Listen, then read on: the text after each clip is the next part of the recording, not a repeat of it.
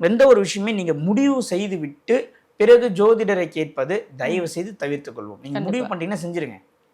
இல்லையா கேட்டு ஆரம்பிங்க. நீங்க ஆத்துல ஒரு கால் சேத்துல ஒரு கால் நீங்க முடிவு பண்ணிட்டு பொண்ணுக்கு கல்யாணத்தை நிச்சயம் பண்ணிட்டு நான் இந்த மாப்பிளைக்கு தான் கொடுக்க போறேன் நல்லா இருக்குமான்னு கேட்டா எந்த ஒரு ஜோதிடருமே நிப்பாட்டுன்னு சொல்ல முடியாது. நாளைக்கு நீங்க கல்யாணம் பண்ணி கொடுத்துட்ட பிறகு ஜோதிடர் சொல்லி தான் நான் கொடுத்தேன்னு நீங்க சொல்றீங்க. அது ஒரு தவறாக நான் பார்க்கிறேன். ஒரு இறப்பு சம்பவம் நம்ம காதுக்கு வருது அப்படின்னா நிச்சயமா ஒரு விஷயத்தை சொல்லுகிறேன். இறப்பு என்பது ஏன் சில விஷயங்களை நம்ம ஜாதகத்தில் ப்ரெடிக்ட் பண்ண முடியாமல் போகுது அப்படின்னா இவங்க சம்பந்தம் அந்த அடுத்த நடக்கக்கூடிய கேள்விக்கு பதிலை கேட்டாங்கன்னா ஈஸியாக ப்ரெடிக்ட் பண்ணி சொல்லலாம். இவங்க என்ன பண்ணுவாங்கன்னா ஃப்யூச்சரில் லைஃப்லாம் குழந்தை குட்டிலாம் எப்படி இருக்கும் பேரன்லாம் எப்படி இருக்கான்ற லெவலுக்கு போகும்போது நாளைக்கு நடக்கக்கூடிய விஷயத்தை விட்டுட்டு நம்ம அந்த விஷயத்துக்கு போயிடுவோம். இப்போ நாளைக்கு தான் இவர் உயிரோட இல்லையே அப்புறம் போய் பேரம்பேத்தியோடு இருப்பார். அப்போது நாளைக்கு என்னவோ அந்த கேள்வி நீங்கள் கேட்டீங்க அப்படின்னா அதுக்குண்டான ப்ரெடிக்ஷன் எந்த ஜோதிடராக இருந்தாலும் சரியாக உங்களை வழி நடத்துவார்.